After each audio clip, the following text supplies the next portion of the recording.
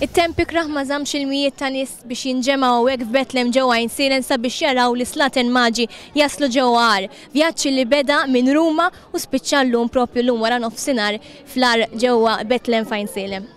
Bid-debb, inċens u mirra, it-tlet Slaten Maġi temmew il-vjaġġ tagħhom ġewwa Bethlehem f'Għajn Silem.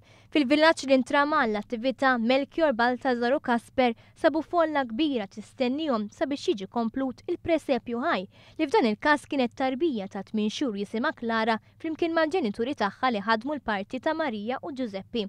Dan kien it-tieni suċċess għall-Gżira Awċija wara l-Free Travel Weekend fejn għal darb'oħra telgħu Għawdex ammont rekord ta' nies fosthom Maltin u anke għadd ta' turisti. Fil-fatt sa qabel tmiem il-ġimgħa kienu aktar minn 50,000 persuna li żaru l-Gżira Awċija fi żmien il-miliet, rekord assolut għal Għawdex.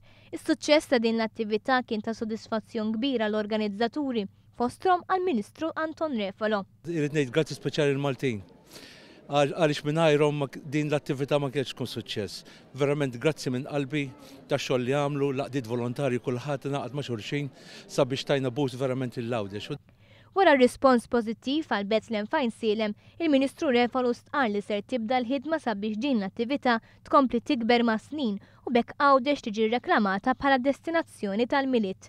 U nista' ngħid illi għas-sena d-dieħla għandna inizjattivi oħrajn ġodda fejn fost affarijiet oħra se nirreklamaw lill-Għawdex bħala destinazzjoni għall-miliet. Fis-sens li mhux biss dal-proġett li aħna sidna nkabruh l-inizjattiva, imma se ninkorporaw il-villaġġi kollha l-inizjattivi kollha tagħhom fil-miliet sabiex min jiġi ġo Għawdex għall-festi tal-miliet ikun jista' jara mhux biss Għajn Silem, imma jkun jista' jara x'joffri ruħura kollha tal-Gżira Awċija. B'hekk ikun possibbli li jiżdied il-kummerċ f'Għawdex tul is-sena kollha u mhux fi żmien tas-sajf biss.